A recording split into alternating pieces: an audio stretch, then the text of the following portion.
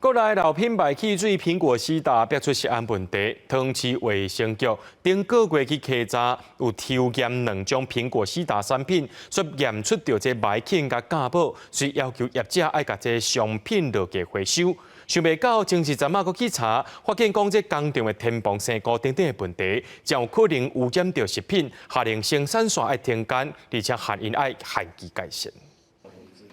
老牌饮料苹果西打又搁突册，伫2018年发生食安问题，大西洋饮料公司紧急回收200多万罐苹果西打，无想到5年后，苹果西打搁再互民众投诉，饮料内底有白色不明的菜底面。桃园市卫生局进前去工厂稽查，发现有一寡卫生安全记录，下令要求这个生产线全面停工，搁限期改善。现场封存1250毫升甲2000毫升苹果西打，累计封存17.7万多罐。 再次查厂，见2号及3号产线有裸漏，天花板有霉斑，管线斑驳，担心有污染食品之余，卫生局依《食品安全卫生管理法》第41条，命令其暂停作业至改善完竣。另外，卫生局嘛证实4月份捌去工厂抽验1250毫升甲2000毫升拢总6件产品，结果验出霾菌甲假母菌，所以紧急通知销出去1万间餐饮业者，甲这2款有疑虑产品倒落来，拢总回收4118罐。 大西洋饮料公司嘛接受退货，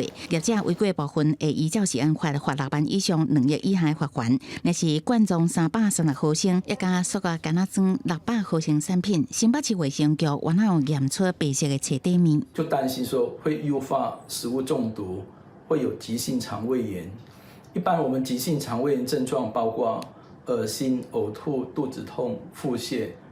这些都会。销售指出，苹果西打外销品行并无收到有彻底的反应，也是退货回报。业者爱找出生产制造流程到底是倒一个所在出代志，佮提出改善的方法，互通市卫生局才当复工。若是这个问题产品拢总回收偌济，大西洋饮料公司也佮你统计。记者综合报道。